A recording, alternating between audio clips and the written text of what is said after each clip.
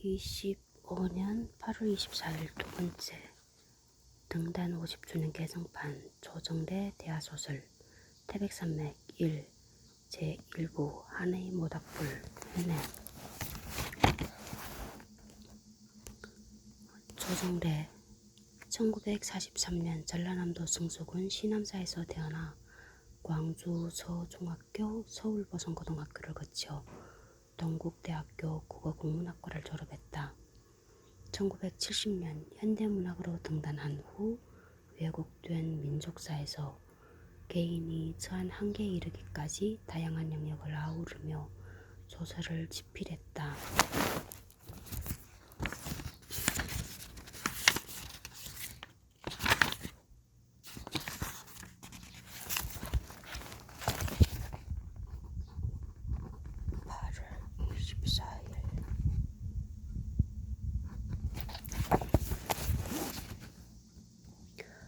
페이지 입한서문 1994년 10월 22일로 소설 타이바이 샴마이가 완간된 지 만 5년이 되었다.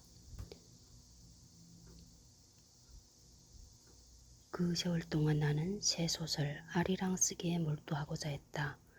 그러나 타이바이 샴마이에 얽힌 여러가지 좋은 일, 굳은 일들로 꽤나 시간을 낭비한 안타까움을 지금까지도 씻지 못하고 있다.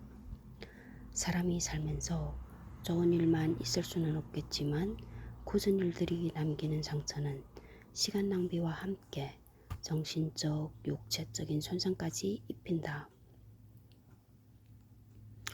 사람에 대한 실망과 사람에 대한 회의, 그러나 그것마저 삶의 피할 수 없는 내용으로 받아들이며 소설의 자양으로 소화하려고 애썼다. 인간의 역사 위에 분명 훌륭한 사람들은 존재했었고 소설은 어찌할 수 없이 인간 긍정의 작업이니까. 한 아이를 놓고 두 여자가 서로 자기가 어머니라고 법정에서 다투게 되었다.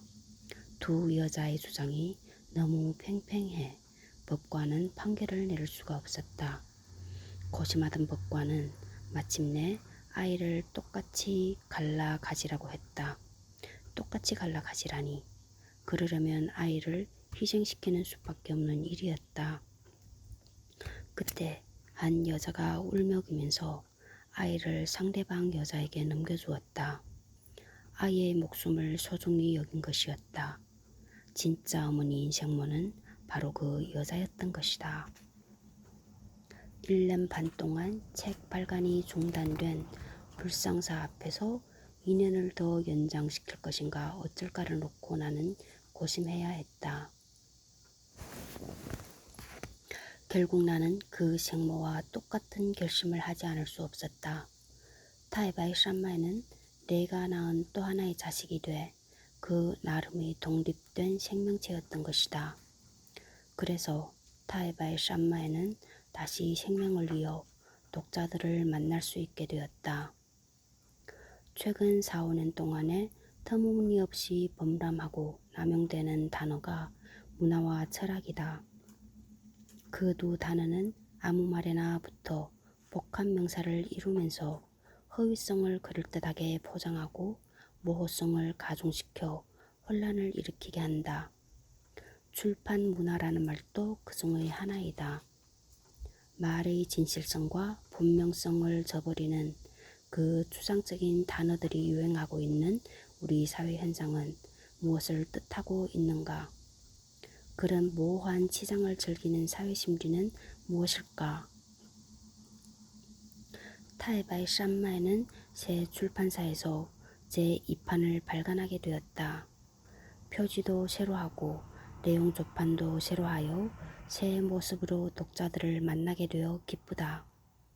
문장도 좀 손질하고 싶은 욕심이 있었지만 새 작품 아리랑을 쓰는 시간을 쪼개낼 수가 없어서 뒤로 미루기로 했다. 아리랑과 더불어 타이바이 샴마이가 해냄 출판사를 통해 독자들과 행복한 만남을 갖기를 빈다. 10권의 책을 새로 만드느라 애쓰신 해냄 가족 여러분들의 노고에 감사드린다. 1995년 1월 3일 周挺来。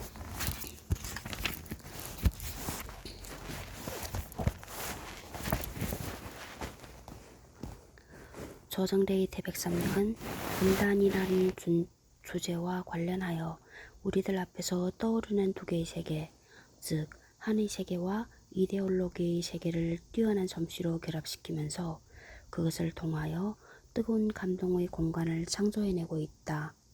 그 공간은 우리 시대가 이룩할 수 있는 소설적 총체성의 가장 높은 자리에 도달한 것이며, 그런 점에서 80년대 문학의 한 장관을 보여주고 있다 해도 지나치지 않다.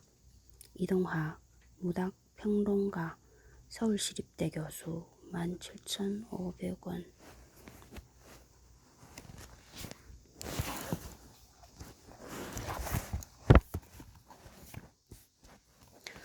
38페이지 2. 가슴으로 이어진 물줄기.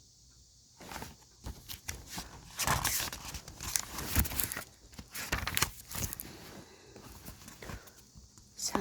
민족의 발견 72페이지 4. 소화 하얀 꽃이라는 이름의 무당 116페이지 5. 조계산 순막 157페이지 6.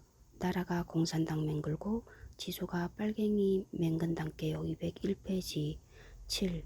그리고 청년단 246페이지 8. 이념 이전의 인간 291페이지 9.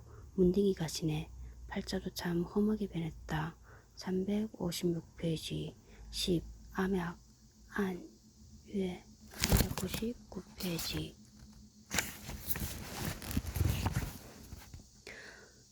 38페이지 가슴으로 이어진 물줄기.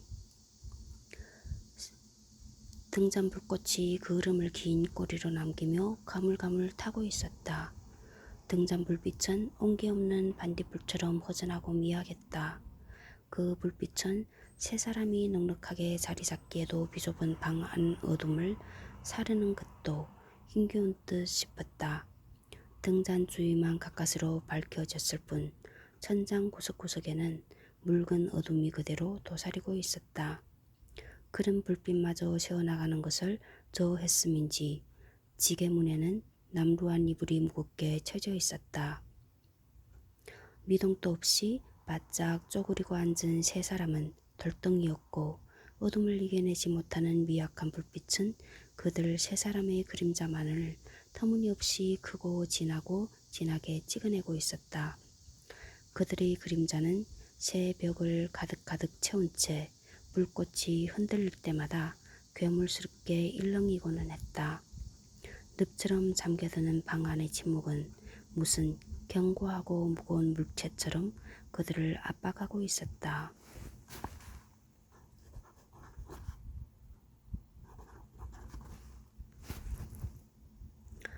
윗목에 앉은 하대치는 킁킁 빠뜬 기침을 만들어내며 자리를 고쳐 앉았다. 자정이 넘어가고 있을 것이고 언제까지 그렇게 앉아있을 여유가 없었다. 하대치 그런 몸짓의 의미는 두 사람에게 전류보다 빠르게 전달되었고 전등에 반짝 불이 켜지듯 확실한 반응이 나타났다. 아랫목에 앉은 노인은 허리를 꼿꼿이 세우며 방바닥에 놓인 곰방대를 더듬더듬 주워들었다. 그 손이 완연하게 떨리고 있었다. 노인의 옆 반다지를 등지고 앉았던 여자는 꺾어세운 무릎을 더 단단히 가슴팍으로 끌어안듯 하면서 윗목의 하대치에게로 눈길을 쏟아부었다. 눈물로 젖은 그 눈길에 두려움과 초조가 엇갈리고 있었다. 그려 노인은 힘겹게 말을 꺼내놓고는 목이 타드는지 삐쩍 마른 목을 길게 빼드지해서 침을 삼키고 감은 어디로 갈 것이다냐? 안타까운 듯이 물었다. 하대치는 얼른 대답하지 않았다. 방바닥을 내려다본 자세 그대로 한참을 앉아있다가 마지못한 듯 대꾸했다. 지도 잘 모르겠구만이라.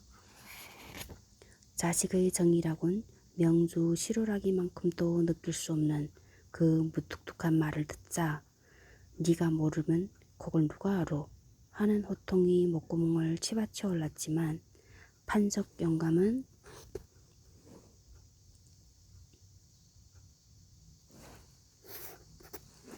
어금니를 깨물며 말을 억눌렀다. 그건 앞에 앉은 것이 자신의 말을 고분고분 듣던 옛날의 자식이 아니라는 슬픈 확인이었고 절망적인 체념이었다. 그려 자석은 품 안의 쪽 자석이 자석이지 몸 크고 생각 크고 품 벗어나불면 지 자석이 아닌 베비여.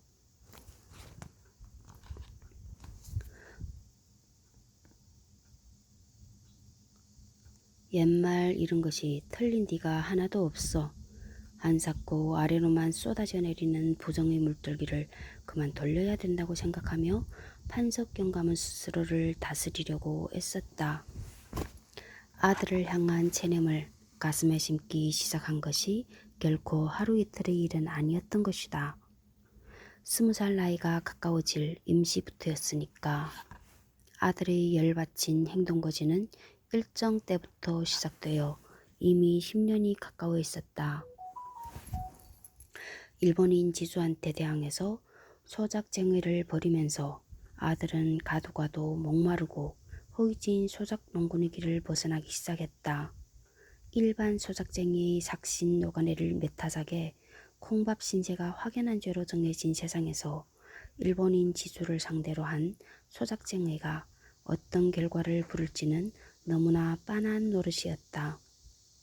그것은 맨주먹으로 립번도 휘두르는 순사한데 덤벼드는 것이나 진배 없었고 불구덩이 속으로 뛰어드는 성미 급한 나방이나 다를 바 없었다. 피글라가 되어 내던져진 아들을 업고 집으로 돌아오며 판석 영감은 제 살이 찢겨나가는 아픔에 떨며 울었고 차라리 죽지 못하고 살아있는 목숨의 구차함이 비통해서 울었다. 축 늘어진 아들을 수십 번 추슬러 업어가며 판석 영감은 피물림 하듯 대대로 이어진 소작농의 비애와 운명을 씹었다. 대를 물리는 가난이란 것처럼 무서운 죄가 없었고 견디기 어려운 벌이 없었다. 아들은 그 죄를 타고 나서 이제 설든 나이가 되면서 그 벌을 받기 시작하고 있는 것이었다. 아버지, 지발 아무 말도 마시오. 목숨 내걸고 독립운동하는 사람들도 있는데 뺏긴 지 밥그릇 찾아먹는 일도 못한다면 그것이 무슨 사내 새끼다요. 그러고 우리가 하는 짓이 계란으로 바우치기라는 것도 다 알고 있단께요. 그래도 허고 또 효야지라 자기 넘는 지순놈들도 없는 법인께요. 몸져놓은 아들의 눈빛은 메타작을 조금도 두려워하지 않았고 그 소견 멀쩡함에 판석 영감은 더 할 말이 없었다. 그러나 아들이 마음을 단단히 먹을수록 몸은 멍든 옹기가 되어가다가 끝내는 산산조각으로 깨어지고 말리라는 불안감이 먹구름으로 가슴을 덮고 있었다. 나흘째 된 날 순사가 들이닥쳤고 경찰서에서 하룻밤을 새운 아들은 다음 날로 기차에 떼밀려 실려졌다. 징용으로 끌려가는 것이었다. 아들과 함께 정의를 벌였던 소작회의 다른 12명도 함께였다. 10분, 100분 참고 또 참아야 쓴다. 목숨 지키는 일이 제일 중요한 일인께. 홀몸 아니니 시약시 생각해서라도 몸성이 돌아와야 했어. 애비 말 명심여 알아듣겠지야? 판석 영감은 아들의 소매를 잡아 흔들며 애타게 말했지만 아들은 아무것도 없는 하늘 그 어디를 보고 있는지 아무런 반응이 없었다. 아들은 순사에게 덩을 떼밀려 기차에 오르고 기차가 움직이기 시작해도 말 한마디 없었다. 말은 고사하고 한번 쳐다보지도 않고 떠나가고 말았다. 기차가 상구비를 돌아갈 때마다 맞바람이 통하는 가슴으로 서 있던 판석 영감은 아, 저것이 옛날 자식이 아니구나 하는 생각이 불현듯 떠올랐고 그 최초의 깨달음은 아들이 자신에게서 한정도 없이 멀어져가는 거리감을 느끼게 했다.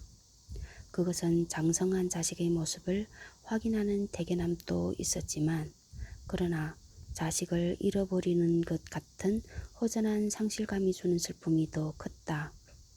그것은 자신의 가슴저 밑바닥에 깔려있는 씻겨지지 않는 죄의식이 고개를 드는 탓인지도 모른다. 그려 다 이 못난 애비죄여 이 애비 원망을 속 풀릴 때까정 혀. 근데 불쌍한 네 새끼야. 네 팔자는 애비를 원망한다고 풀리는 것이 아니여. 피 타고남스로 매듭 맺힌 한인디. 곡을 어째야 쓸거나 하는 맺히기만 했지 풀리는 것이 아닌께.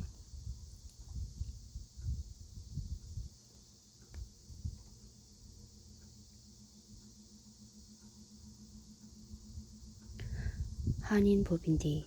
곡은 풀라고 발사심하면 할수록 헝클어진 실구리 멘치로 얽히고 설키다가 종당에는지 명거정 끊어먹는 법인디.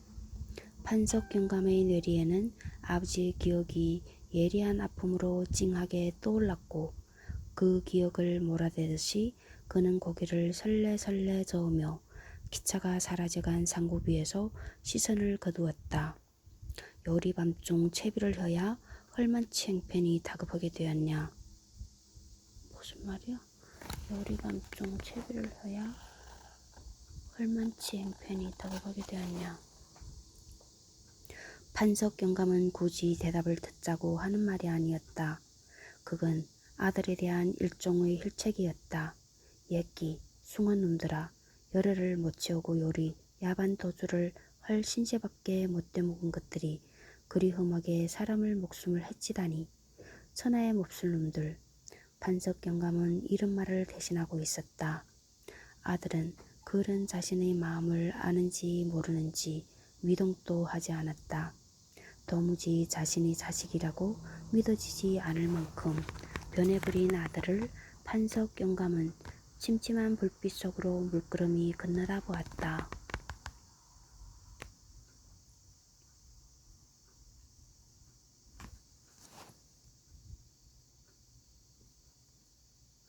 북해도 탄광으로 여기저기 비행장을 닦는 데에 5년여를 끌려다니다가 해방과 함께 돌아온 아들은 이미 마음이 변해 있었다. 판석 영감은 그 사상에 깊이 물든 아들의 마음은 충분히 이해했지만 그 물불을 가리지 않는 행동은 이해할 수가 없었다. 그려 형편이 덕업하면 떠야제. 판석 영감은 입을 가리고 장기침을 하고는 인자 떠남은 살아 니를 다시 볼란지 모르겠다. 목소리가 잠겨들었다. 그것이 무슨 말씀이다요? 하대치는 고개를 번쩍 지켜들며 아버지를 쏘아보았다. 아니요, 그냥 하는 소리요. 내 나이 생각하고 그냥 하는 소리요.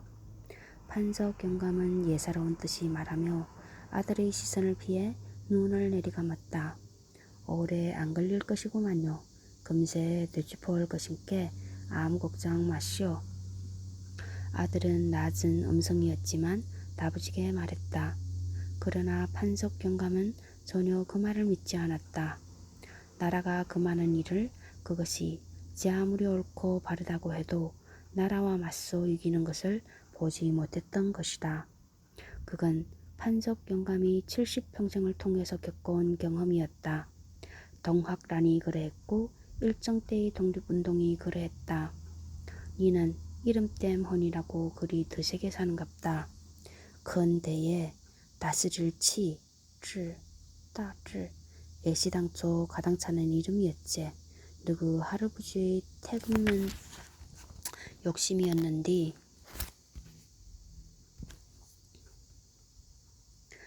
그 이름을 그대로 붙인 나가 더 큰 잘못을 저지른 것이요.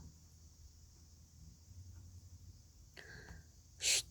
하대치는 판석 영감의 말을 제지하며 문 쪽으로 바싹 다가앉았다. 그리고 한쪽 귀에 손바닥을 오목하게 만들어 붙이고 밖으로 신경을 모았다. 그때 밖에서 이름 모를 새소리가 2번 들렸다. 하대치는 잽싸게 문에 쳐진 이불을 약간 들치고 신호를 보냈다. 풀꾹 풀꾹. 그건 의심할 여지 없는 풀꾹새 소리였다. 하대치는 튕기듯 일어섰다. 그때까지 돌덩이처럼 앉아있던 여자가 따라 일어섰다. 하대치 안에 들몰택이었다.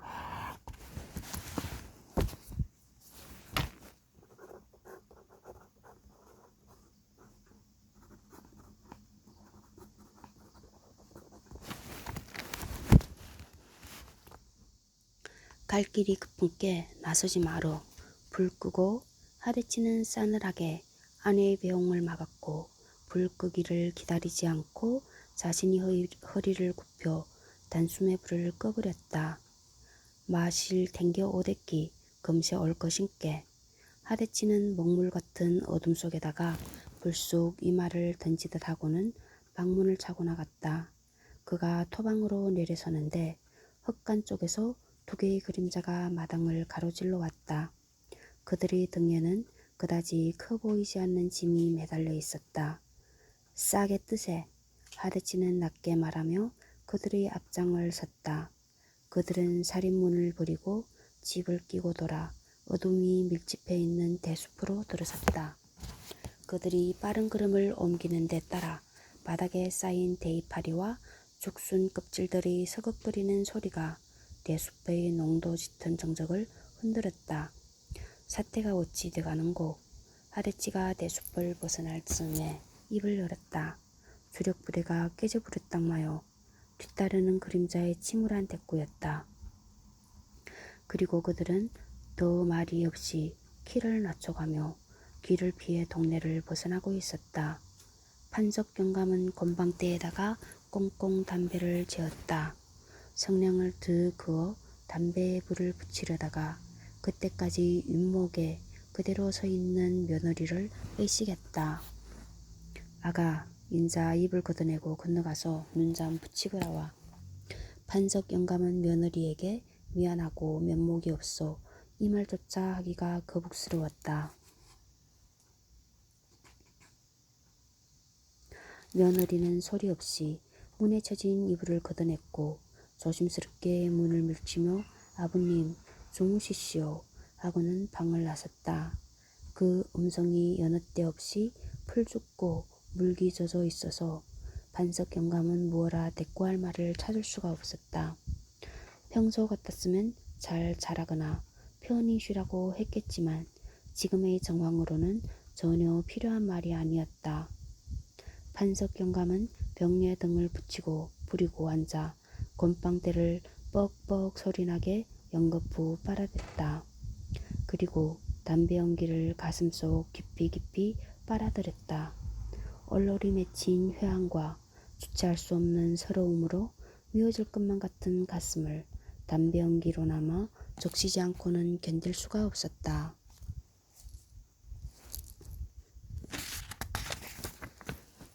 판석 영감은 원래 벌교 사람이 아니었다.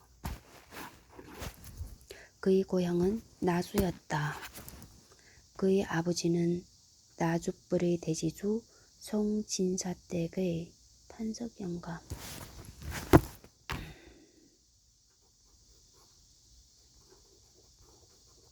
판석 영감. 벌교가 아니고 나주.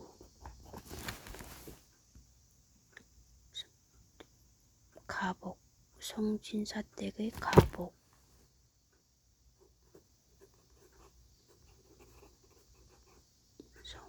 송진사댁의 가복.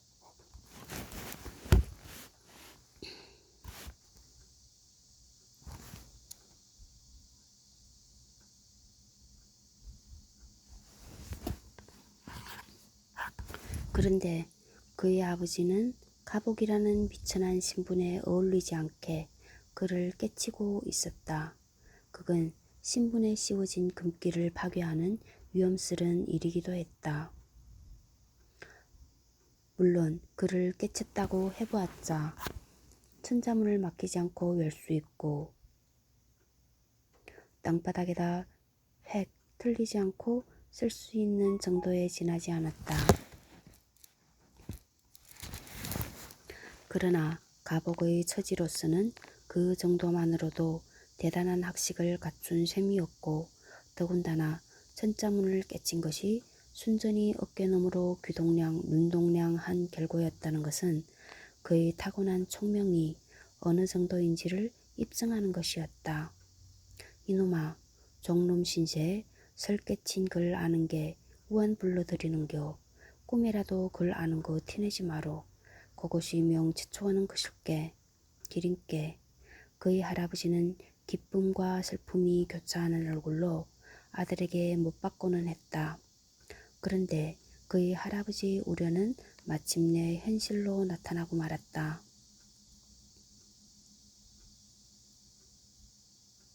그의 아버지는 남몰래 동학사상에 물들어 있었던 것이고 동학도의 분노가 행동으로 불붙기 시작하자 그는 그 불씨 하나로 정체를 드러냈다. 그의 아버지는 가복의 사슬을 스스로 끊고 동학의 선봉 물결이 되었다.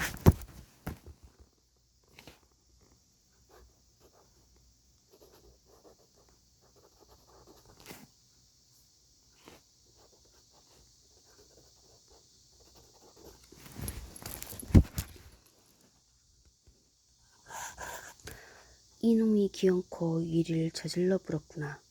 이 일을 어찌하였을꼬 이 일을. 그의 할아버지는 안절부절 못하고 나날을 보냈다. 새끼를 어떻게 단속했길래 그 꼴이 되도록 몰랐느냐고.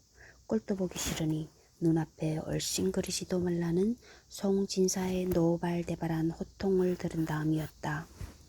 그의 할아버지는 어깨 쪽지를 잔뜩 웅크리고 기가 꺾일 대로 꺾여 지내면서도 바람탄 불길처럼 번지고 있는 동학도의 기세에 속으로는 열렬한 응원을 보내고 있었다. 그건 결코 아들 때문만이 아니었다. 기왕 터진 법물이었고 동학이 이기는 것만이 자기네 같은 가랑잎 신세들이 사람답게 살아볼 수 있는 길이라는 확실한 믿음을 가지고 있었다. 동학도의 비흘림은 곪고 곪은 고름이 터진 것이라는 정도는 익히 알고 있었다. 급기야 송진사가 피난짐을 싸지 않을 수 없게 동학의 기세는 뻗어나갔다. 그러나 그것도 길게 가지는 못했다. 전국과 일본 군대가 서로 다투어 관군을 대신해서 동학군과 맞서게 되면서부터 전세는 일변하기 시작했다. 동학군은 곳곳에서 패배했고 흰 무명옷에 피범벅이 된 동학도들의 시체가 아무데나 나뒹굴기 시작했다. 동학군이 뿔뿔이 흩어져 산중으로 패수했고 그와 반대로 산중 어느 절로 피난을 떠났던 송진사네가 돌아왔다. 송진사의 서슬은 예전과 다르게 시퍼런 날을 세우고 있었다. 아래 끝들의 길을 완전히 꺾어놓기 위함일 것이었다. 송진사네는 인명의 피해는 입지 않았지만 재산의 피해는 적잖이 입고 있었던 것이다. 행당체에는 여느 때 없이 썰렁한 바람이 감돌았다. 그러던 어느 날 밤이었다. 잠을 자다 말고 그는 할아버지와 함께 사랑채로 불러나갔다. 인자 내쫓기는갑다. 그의 할아버지는 사랑채로 통하는 문을 넘어서기 직전에 한숨을 토했다.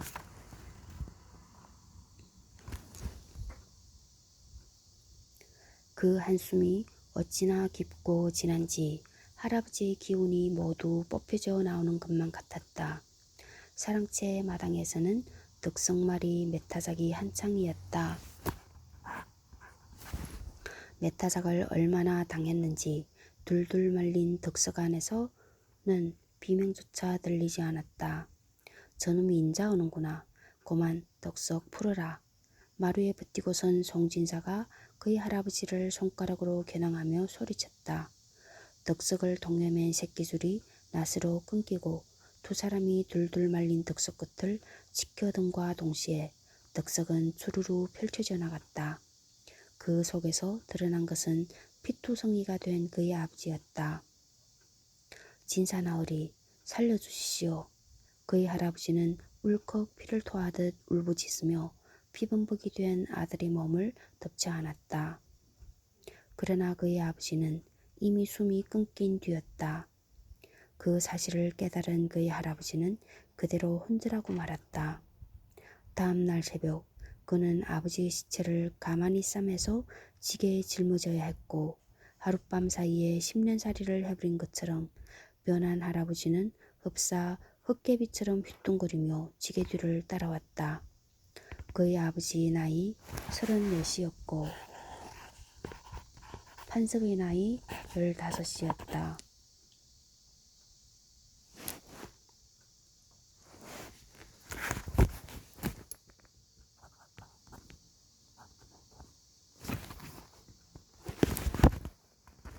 전라도 땅에서 누구 땅 얻어붙이고 살 가당찮은 생강복지를 말으라. 누구 놈들은 모슴살이도 못해 묻게 맹길 것이다. 산골짜기에 들어가서 소리피나 뜯어먹고 살아. 요리 살의 욕심 멀쩡하게 내보내는 것만도 큰 은혜 입은 줄 알아야 할 거이다. 그래서 그랬던 것일까. 5식소를 거느리고 쫓겨난 맨주먹의 할아버지는 온 하루를 말 한마디 없이 땅만 내려다보고 걸었다. 해가 뉘엿뉘엿해서 어느 겨울가에서 보리밥 뭉치를 부렸다.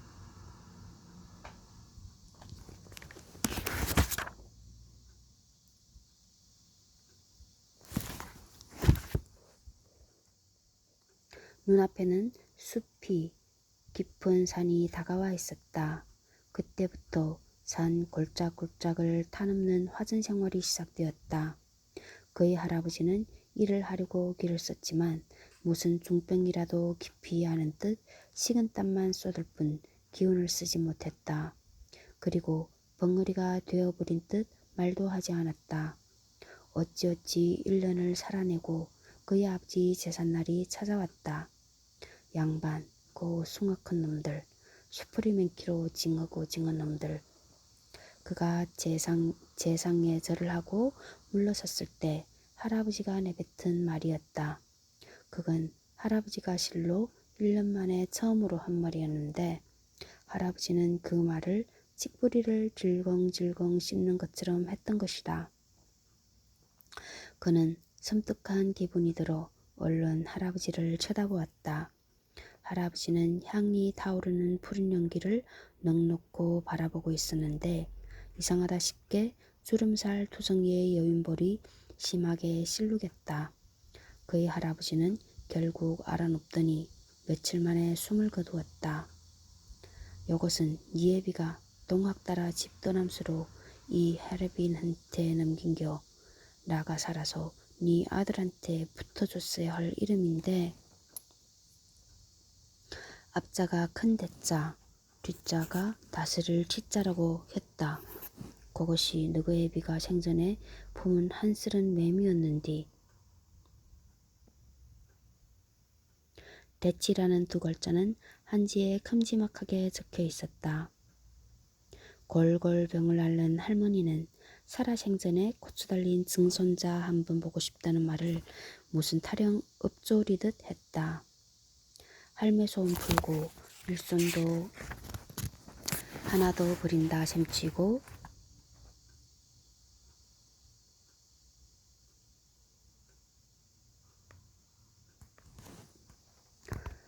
같은 화전민의 딸과 결혼했다.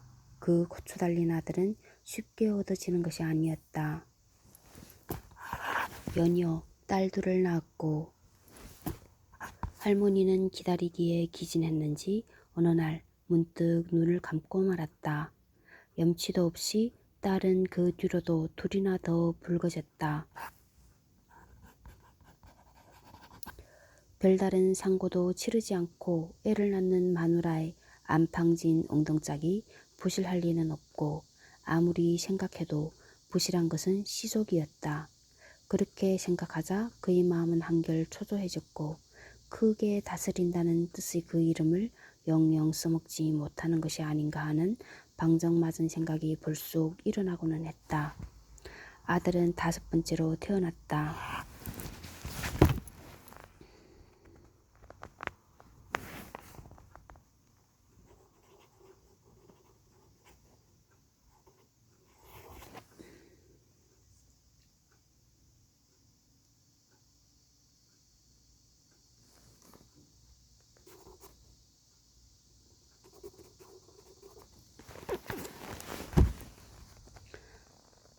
참 어렵게 얻은 아들이었고 늦은 나이에 구경하는 고추였다. 그의 나이 39이었다. 너무 당연하게 대치라고 이름 붙였다. 그 뜻이 사내다운 이름일 뿐만 아니라 아버지 냄새를 여견히 맡을 수 있어 좋았다. 이름을 따라 아들이 어떤 큰 인물이 될 것 같은 알큰한 예감에 적기도 했다. 그러나 산짐승이나 다름없이 산골짜기나 다름없는 화전민 신세라는 자각 앞에서 그는 한없이 초라한 자신을 발견할 수밖에 없었다. 그는 아들을 위해 무언가 해야 한다는 아버지로서의 책임 같은 것을 막연하게나마 느끼고는 했다. 드문드문 구경하는 세상이어서 그런지 그동안 세상은 정신을 차릴 수 없이 변하고 있었다. 무엇보다도 그를 놀라게 한 것은 나라 주인이 바뀐 것이었다. 산을 타넘으며 거처를 옮기다 보니까 백운산을 거쳐 조계산에 이르러 있었다. 그는 산채에 말린 것을 한 지게 가득 지고 쌍암장에 나갔다가 벌교 소식을 듣게 되었다. 중도라는 일본인이 포구에 20리가 넘는 방죽을 막아 논을 만드는 간척 사업을 벌이고 있는데 10페이지.